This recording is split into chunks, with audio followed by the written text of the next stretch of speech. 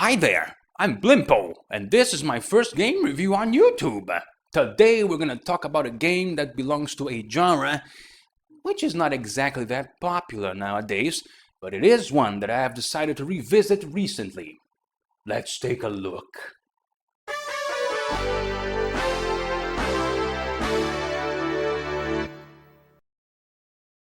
Adventure games. When I was a kid in the 1990s and early 2000s, I spent a considerable amount of time playing them. My very first experience with the genre was that weird Scooby-Doo game for the Sega Genesis called Scooby-Doo Mystery. Back then, I didn't really speak English, so as you can imagine, playing this game was quite the challenge. Take, push, give? What the hell do these words mean? This Brazilian boy here was quite confused. Despite my attempts at learning the language so early, the fact that I had to rent the game from a rental store didn't provide me enough time to make much progress. Suffice to say, I never managed to beat this one. Quite unfortunate, really. Nevertheless, I was determined. That frustration never discouraged me from trying to play these games. And one day, to my surprise, something wonderful happened.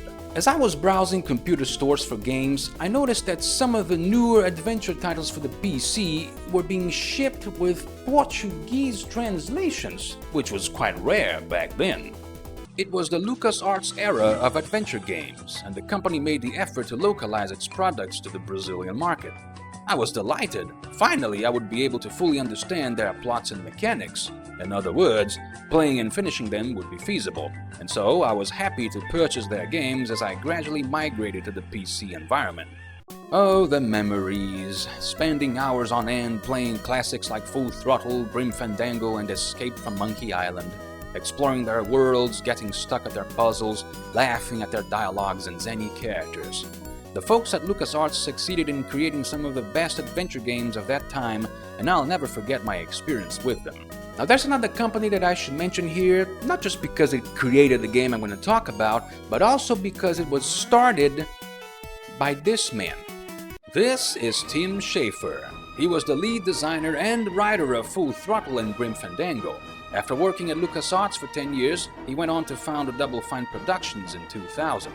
Now, to be honest, I didn't accompany the studio's trajectory over the following years. I was kinda young, and other genres and franchises eventually caught my attention. Heck, I effectively stopped playing adventure titles and spent most of the 2000s and the entire 2010s away from them. You know, I was already kinda busy with the violent and bloody RPGs and shooters. Regardless, Double Fine was responsible for developing a bunch of games which became highly praised, such as Psychonauts, Brutal Legend, Broken Age, and the one we're going to talk about in this train wreck of a video. Stacking. Do you like stacking dolls? Because this game is all about them! Launched in February 2011 for the Xbox 360 and the PlayStation 3, with a PC version released a year later, stacking is kinda different. Unlike those adventure games of the past, this one isn't exactly a point-and-clicker. Players get to control the main character directly with the analog stick, or the keyboard and mouse, in 3D maps. The fixed perspective of previous titles is replaced with a third-person camera view that can be rotated freely. Since there isn't an inventory screen nor the necessity to collect and combine items, the gameplay is solely based on the manipulation of dolls. The world of stacking is a whimsical satire of the industrial age populated by human and animal matryoshka dolls. Its art direction and character design take influence from British society, customs, and architectural trends from the 19th century. During cutscenes, dialogues between different persons are presented in a manner that harkens back to the era of classic silent films. Everything in the game reflects that time period. The classic attires, the technology, the steam trains, and most importantly, the wretched social and economic relations. Yes, the developers didn't shy away from a good old social commentary by writing a story revolving around child labor. Hell, the main villain is an industrialist who enslaves children as coal shovelers and attempts to murder people over the course of the story. He is simply known as the Baron, by the way. Can't really be more evil than that, right? We get to play as Charlie Blackmore, this little kid here, who happens to be the smallest doll in the entire world, judging by the comments regarding his height. What's the problem, huh? Are you prejudiced against small people? Due to his size, Charlie is able to take control of most of the dolls he encounters by progressively stacking into smaller dolls before getting inside the larger ones. It's effectively a form of possession. Now, I'm not sure whether this is a mental or a spiritual kind of possession, but it seems that most of the dolls are either oblivious to being controlled or simply unbothered by the fact that they're being merged with complete strangers. Some dolls are actually eager to stack with their family members, including their dog. There's nothing wrong here, folks. It's a cultural aspect. The game's story starts when William Blackmore, a chimney sweeper and Charlie's father, is hired to work for the Baron. The job turns out to be a ruse, however, set up by the villain to kidnap William. With his family indebted and abandoned for months, Charlie's 4 older siblings are forcefully abducted to work as child slaves. Our protagonist decides to embark on a quest to free his family after receiving a letter from his brother Albert informing him of the dire circumstances. An unlikely ally shows up just before Charlie arrives at the train station that becomes the game's main hub. Levi, a hobo, offers his assistance to the boy. He eventually finds a deserted storage area at the station and transforms it into a hideout, which looks more like a hall of friggin' shrines. The place is essentially the game's trophy room, displaying all of Charlie's feats and achievements in each level. Now, these shrines that Levi builds don't really serve a practical purpose to Charlie's mission, but they do attest to the hobo's ingenuity, which will be significant later on. Players will find a large roster of different dolls in stacking, each one with a particular skill. The game's main loop is about solving puzzles by utilizing these unique skills in order to bypass each obstacle. You can possess dolls to slap, belch, punch, scold, fart, yell, cry, and otherwise cause all sorts of mayhem in the world. Let off some steam, Bennett. The cool thing here is that every problem has multiple solutions, and you can talk to most dolls to get some tips. For example, right at the beginning, you're supposed to infiltrate this restaurant, but the guard is blocking the door. You can either stack into the mechanic and unlock the ventilation shaft leading to the venue, or you can lure the guard away from the door by seducing him with the Whittle's dancing moves. Control that Victorian-age twerking, Shakira! Anyways, Charlie's journey to rescue his family takes him to a bunch of curious escapades. When the train conductors leave the restaurant and break up the workers' strike preventing the trains from departing, the kids who are shoveling coal at the station are freed from their forced labor, including Charlie's brother, Albert. After a brief celebration, he tells Charlie that their sister Agatha was taken aboard the Baron's steamship. The boy takes a train, then embarks on a dinghy that takes him to the ship, which then starts a so-called never-ending cruise, a voyage that will never end. Who the hell goes on a never-ending voyage? The cruiser is large, full of pugilists, child workers, aristocrats, pigeons, a bunch of dudes with a penchant for slapping people, a pirate, and a vomiting kid, among others. It also has 4 main points of interest: a caviar buffet, a safari fair. Yep, there's a safari fair on this cruise ship. A museum exhibition, and a laundry area converted into a makeshift map room. You'd think a large, expensive commercial cruise liner in the Victorian age would have a proper storage area for housing its navigational charts, but not this one! Each one of these places is overseen by a renowned adventurer who will come to our aid up ahead. For the trip to stop, a mutiny must begin on the ship. To trigger this event, Charlie needs to sabotage those 4 attractions. There are multiple goofy methods to achieve this. For instance, the caviar buffet can be ruined by luring rats into the kitchen with a Pied Piper, or by dumping the eggs overboard.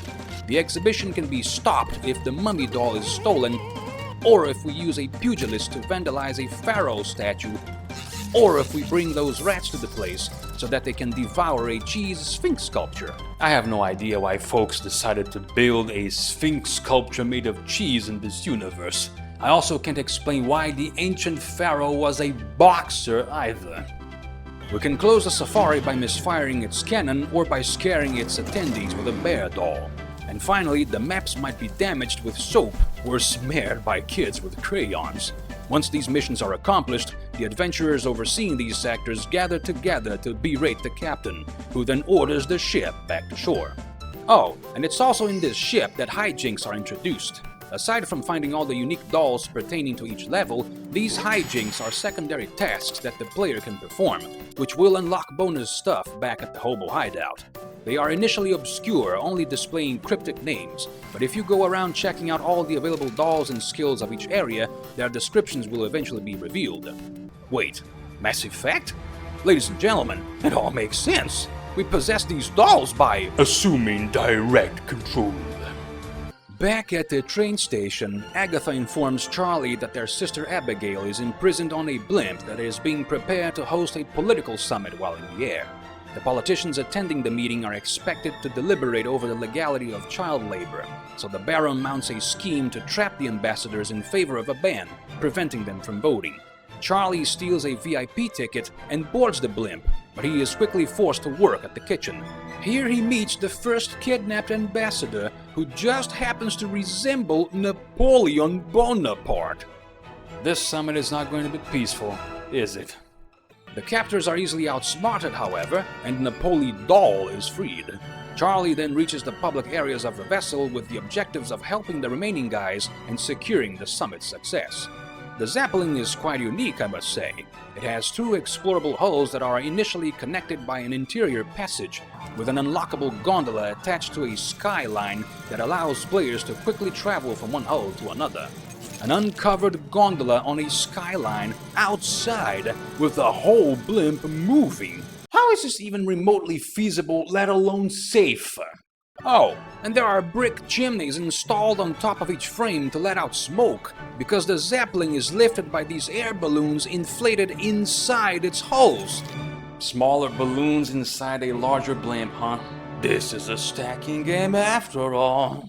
Now the other ambassadors are trapped in 4 different places. This one is in the brig, understandably. It can be freed by simply knocking out the sentry guarding the door. Pretty standard stuff. The second person is held in a makeshift fort, and this is when things start getting weird. One of the solutions for this puzzle is to employ the services of Cromwell the Terrible. I'm not sure if this character is a reference to the infamous English historical figure, but here he is a wrestler specialized in executing so-called royal wedgies. Yep, you heard that right. He pulls up people's underwear as a wrestling move, and his strength can be used to lift the fort's gate, since the gate is shaped like goddamn underpants. Now what kind of lunatic writer comes up with something like this? The weirdness doesn't end with this, though. The third ambassador is stuck behind this large current of foul-smelling gas. I have no idea why this whole air exchange system even exists in the Zeppelin, but if you approach the gas, you get knocked out. So, you can either wear a hazard suit to cross the current, or sabotage the fan mechanism to stop the flow of gas, or ask Felicity Fowler for help. She is a special woman, you see, because her flatulence is described as potpourri, a French term which refers to a vase full of dried plants used to spread a gentle and pleasant fragrance in a room. Yes, she farts eau de toilette, I'm not fucking kidding, and you may use her potpourri to neutralize the stinky gas. We can save the day by farting in the wind. If you thought those situations were strange, the last ambassador's predicament is even more ridiculous. He is stuck in a cage attached to a racing car driven around a large track by a couple of monkeys. They built a racetrack inside an airship and put 2 monkeys to drive a car on it. What the hell even is this? I guess it's supposed to be a form of entertainment for the passengers. To solve this pickle, you have some options to distract the monkeys, including throwing bananas on the track, or flashing a camera to blind them, or blowing a horn next to a loudspeaker. These actions will force the monkeys to halt the car in one way or another, allowing the ambassador to escape. With all 5 politicians safe, the main mission of this level is complete, and the summit can continue. Oh, and by the way, I forgot to mention that there are mimes on this blimp. Yes, mimes. And a hijink asks you to hit them. I mean, why the hell not, right? This Zeppelin is a madhouse already. Just put some mimes in there and have the players smack them. It will be fun. Due to Charlie's efforts, the freed ambassadors swayed a vote and effectively banned the practice of child labor. In response, The Baron orders his goons to execute his backup plan, knocking down the airship and murdering everyone inside it. You're probably thinking that this would be accomplished by realistic means, such as shooting down the vehicle with anti-air guns, but no, this game is meant to be outlandish. Instead, a method of sabotage is employed. Remember those chimneys atop the blimp that I mentioned before? Turns out there's a bunch of water tanks connected to them with a large quantity of fish, and these are all flushed outside through the chimneys to cover the holes. This attracts a flock of pigeons, which all land on both structures, and their excessive weight causes the blimp to plummet. I mean, at this point, I'm not even surprised by the ludicrous nature of this game. It's just madness. All is not lost, though. Abigail finally shows up and concocts a plan to save everybody's life. Together with the ambassadors, the siblings manage to increase the strength of the engine's fires, inducing explosions that incinerate the fish and shoo the birds away. With the Zeppelin safe, Charlie and Abigail reunite once again, and she informs him that the last brother, Archibald, is being held on a private train owned by their enemy. Given his fiasco at the summit, the Baron announces that all the children who previously worked for him are going to be sent on a vacation and has them embark on his rail cars. Charlie wastes no time and takes a train to catch the Barons. Really, the station's locomotive parks inside the Baron's cars. A smaller train stacks into the larger one. Are you astonished? Once aboard, Charlie bypasses a stupid goon and finds Archibald, who then proceeds to explain the situation. In reality, the vacation excuse was a trick to get the kids transported to an offshore platform, away from law enforcement, where they will be enslaved again. And to make matters worse, Charlie's family, now including his mother, were also kidnapped again. God damn it! I spent the whole game trying to save these people, only for them to be taken a second time? Archibald argues that the train must be stopped before it reaches the platform, and only the entire family reunited and working together can achieve this. With each loved one being guarded by a trusted henchman of the Baron, we get the quest to rescue everybody. The structure of this level is pretty straightforward. It's a train, so Charlie has to move from wagon to wagon, starting at the back of the composition and heading towards the locomotive while solving puzzles. Most of the dolls found aboard are enslaved children carrying different tools. We also meet wealthy, aristocratic, industrialist types, with the occasional guards and workers here and there. Charlie has to deal with each one of the Baron's thugs, who are spread over 4 wagons. The first one that we have to outsmart is Sickle the Sly. He is deathly afraid of becoming ill and has set up a fence that keeps adults away from him. He's also got this anatomical schematic of the dolls on the wall. They have a pelvis, but no legs? This doesn't make any sense. Honestly, I don't really judge Sickle, despite his compulsion, because on the same car you can find the nastiest doll in the entire game, Sir Sully Taintwell. This guy is a walking biological weapon capable of spreading infected snot and catarrh everywhere with a frontal AoE attack. Well, this is a highly controversial behavior given recent historical events. Dolls affected by this attack immediately start sneezing, and you can contaminate bowls of soup with the snot. Put a mask on, you son of a bitch! This is the main way to neutralize Sickle. We either bring a sneezing kid to his cage or offer him some tainted soup. Oh, and we can also entice a pigeon to defecate in the soup. That also works. Once the dirty business is done, Albert is the sibling set free here. Moving on, we face Tiberius the Terrible, a guard wearing a steel armor set. He brags about being impervious to any sort of conventional attack, so Charlie is forced to look for alternative ways to take him down. And the first trick defies expectations. You can stack into a maid to tickle Tiberius with her feather duster. He just can't take it. Next time I play Soulsborne, I'm gonna use a duster against those fat roll armored invaders. The next method is to lure a pigeon down from its nest with a soup boy, and then set the bird against Tiberius, who is apparently scared of it. Talk about being terrible. I get the feeling that the developers had some kind of obsession with pigeons while creating this game. Pigeon? What pigeon? Lastly, we can fool the guard into removing his armor by talking to him with a tailor. His set of armor is too tight and needs fixing, he says. Then, another doll named Jillian the Furry can give Tiberius a debilitating man hug. A man hug. A hijink also involves giving this man hug to 5 female dolls. Make of this what you will. Once this foe is out of the way, Agatha is rescued. After completing a short intermission involving a group of pianists and a piano generator, yes, there's a piano on this train that somehow provides electricity to the lounge area when the pianists are playing together, the path to the third henchman is cleared.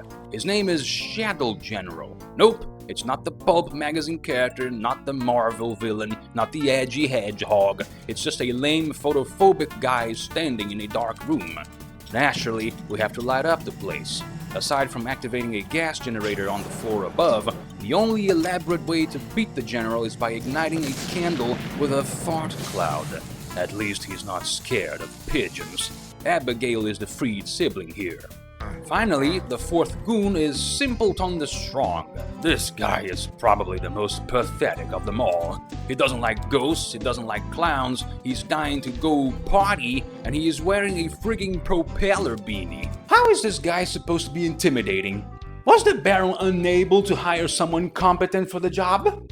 The solutions are pretty obvious in this case. We can disguise a kid as a ghost with a white sheet and scare Simpleton away, or bring someone disguised as a guard so that he can leave for the toilet. There's also the clown method, but that requires removing him from his box, since he's meant to serve as an emergency control system for unruly children. This is probably a Pennywise reference. Agnes, Charlie's mother, is the last person saved here. Now reunited, the family discusses how to proceed next. Everyone agrees that they should work together to cross the coal wagon that isolates the previous cars from the locomotive. This is the first time that we actually stack the Blackmore family during gameplay. Each member of the group has a particular skill that is used to bypass a small obstacle in the path through the last wagon. Once Charlie reaches the engine, he finds his father William restrained with a rope. The man was absent since the very beginning of the story, so we get to see a proper reunion. You might be thinking, this is the end, right? They're all together now, right? They're gonna stop the train and save all the children, right? Right? Wrong!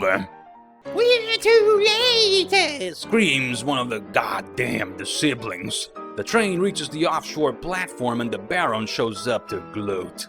William says authorities will stop him, but the villain retorts that he can conduct his slave business by sailing with the platform to a different country. Charlie decides to foil this plan, but his father suggests that they do this as a family. I got family. This is it, folks. This is the final level of stacking. The place resembles one of those oil platforms that we see nowadays, but with some kind of factory for processing coal.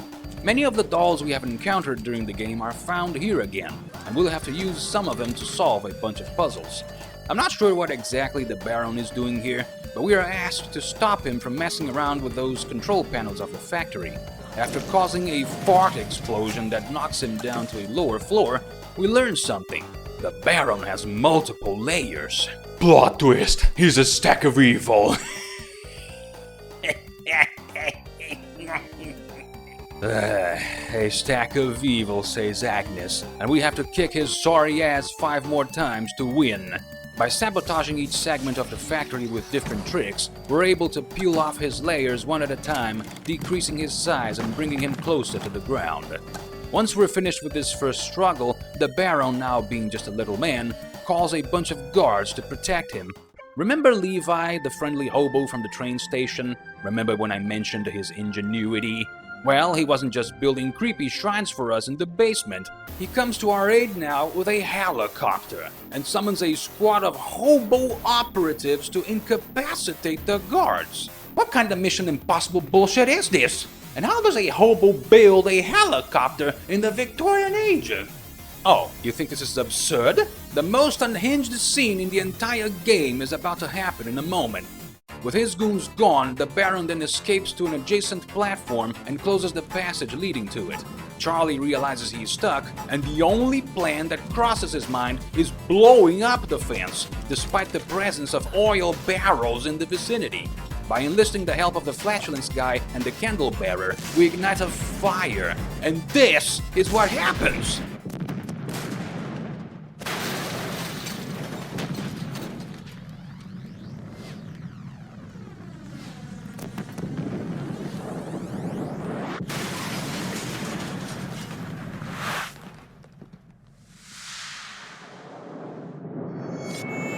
What the fuck? He just fucking killed everybody on the platform! I couldn't get over the scene when I first witnessed it. Were the developers high while writing this? It's beyond ridiculous. No one survives a blast radius like that. But I digress. I just want this insanity to end once and for all. Charlie falls onto the second platform, which is basically a circular arena with a pit in the middle filled with kidnapped children. I was expecting the final confrontation with the Baron to be another sequence of puzzles. However, what surprised me is that we actually partake in a sort of boss battle here, albeit one compatible with the stacking mechanics. The situation still proves to be silly though, once we discover that we're supposed to beat him by playing a game. Yes, the most effective way to bring down the bourgeoisie. Rock, paper, scissors. He challenges us to a goddamned game of rock, paper, scissors. The arena has a bunch of dolls carrying oversized rocks, scissors, and white sheets, and Charlie has to stack into an appropriate doll before the Baron can reach him with any of the others. Hitting the villain with the correct counter to throws him into the pit. It isn't really that hard, honestly.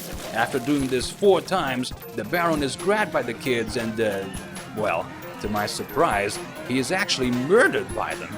Well, he got what he deserved, Lord of the Flies style.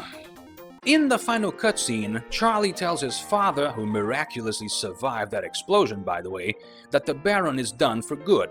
But William reminds him that they still need to help the children in the pit. The boy then calls Levi, who rescues the kids by fishing them with a large net attached to his helicopter. Don't ask me how his machine is capable of hauling that much weight. William then recites the family motto, Ain't no mess we can't address. And the Blackmores return home. The father finds a new job and brings a roast pigeon to celebrate with the family. A roast pigeon? Really? Charlie leaves to visit his hobo friends, and they all live happily ever after. The end. Thank the heavens. Well, that was it. What a unique game, ladies and gentlemen, in all aspects. Despite its flaws, I enjoyed playing stacking, frankly. I think it's important that these games are still being made because they keep the industry from becoming too stale with shooters and action games. As someone who used to play these puzzle games when I was a kid, it's nice to play a newish one from time to time. I just hope I don't have to talk about pigeons anytime soon. But yes, this was fun. Thanks for watching. Don't forget to like and subscribe, please. I'll see you guys in the next video.